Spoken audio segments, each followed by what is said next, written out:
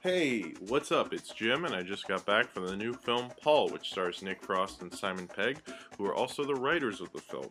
Now, Nick Frost and Simon Pegg came on a vacation from England. They're two British nerds, or that's who they were playing, but I guess they are in real life, but whatever. They go to Comic-Con first, and then they plan to go on a road trip various UFO sites throughout America. So they want to go to Area 51, the Black Box, things like that. So on their road trip, they find Paul, played by Seth Rogen. I feel like the film's almost built around Paul, is given like all the best lines. I really like Seth Rogen's character, and I was getting really sick of him after that terrible performance in Green Hornet, but he really does a great job in this. I like him a lot. After that, they pick up Christian Wiig, who is a Christian who believes in, creationism. Paul thinks that evolution is real, and he proves it through a mind meld thing, and then they set up that he can heal people, and they go on this crazy adventure to avoid the government while the government is also trying to get Paul. There's a lot of people following them and stuff. I would say it's a relative collision course to wackiness. This is obviously their first film without Edgar Wright. Simon Pegg and Nick Frost made a studio film, and then Edgar Wright made a studio film, and he made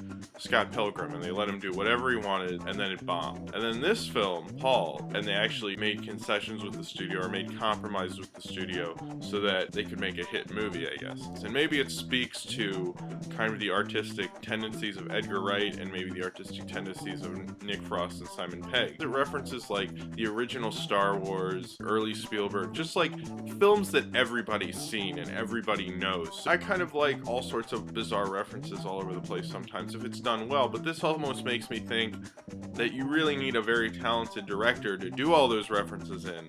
It's not necessarily just the references. And they don't really do anything that creative with them. It's just like redoing lines and stuff.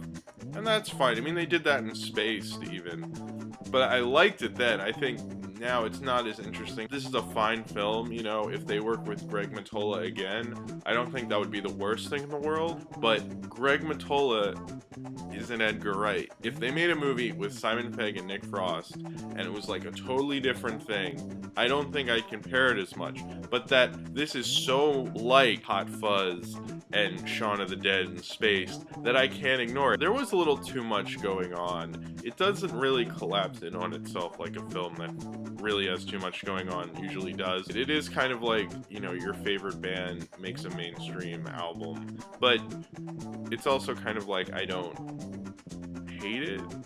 I'm like okay with it. Artistically, I guess I should be a little disappointed. I'm not disappointed in the actual film. For a lot of people who like film and are kind of dorky, you end up seeing the films and the TV show Spaced so much, like at parties, and just you put them on so much that I have an attachment to him, and in his writing. So this is okay. You can do this once. I don't want to see Simon Pegg become homogenized and be like, well, I like Simon Pegg's early career. I don't want to say that. Don't do that to me. Don't. I hate saying that because I sound like a douchebag, but it's true so many times.